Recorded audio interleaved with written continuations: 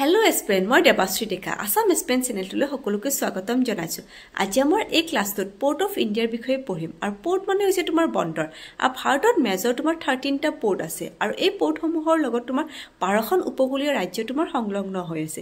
সেই ৰাজ্যসমূহ হৈছে তোমাৰ গুজৰাট, গোৱা, মহাৰাষ্ট্ৰ, কৰ্ণাটকা, কেৰালা, তামিলনাডু, অন্ধ্ৰ প্ৰদেশ, উৰিষ্যা আৰু ৱেষ্ট বেংগল। আৰু এইফালে তোমাৰ আৰেবিয়ান চিৰ ফালে আছে লেকচাদ্বীপ আৰু বে অফ বেংগলৰ ফালে আছে তোমাৰ আন্দামান এণ্ড নিকোবাৰ।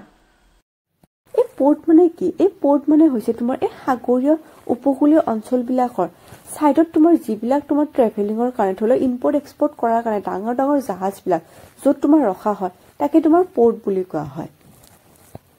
এইফালে তোমাৰ ৰাইট হেণ্ড সাইডত Bay of Bengal, Bay of বেংগলৰ লগত তোমাৰ ৱেষ্ট বেংগল, উৰিষ্যা, অন্ধ্ৰ প্ৰদেশ, তামিলনাডু এইকেইখন তোমাৰ ৰাজ্য সংলগ্ন হৈ আছে।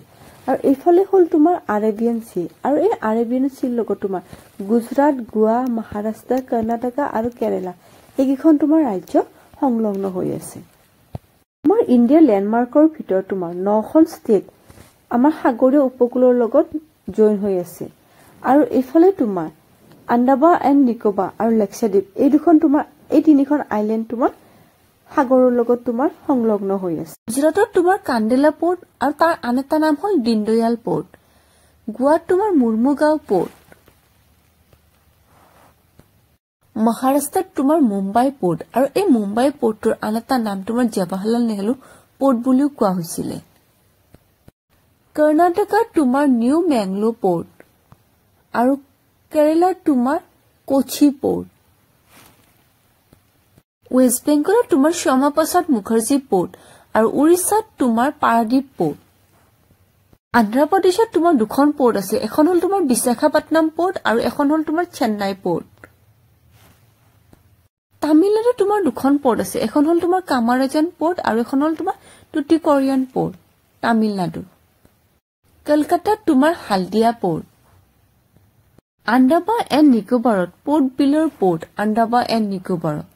ইণ্ডিয়াৰ তোমাৰ এই 13খন মেজৰ পোৰ্ট এখন হৈছে তোমাৰ Kandla port, Mormugao port, Mumbai port, New Mangalore port, Kochi port, Shyama Prasad Mukherjee port, Paradip port, Visakhapatnam port, Chennai port, Kamarajar port, Tuticorin port, Port Blair port আৰু হালদিয়া পোৰ্ট।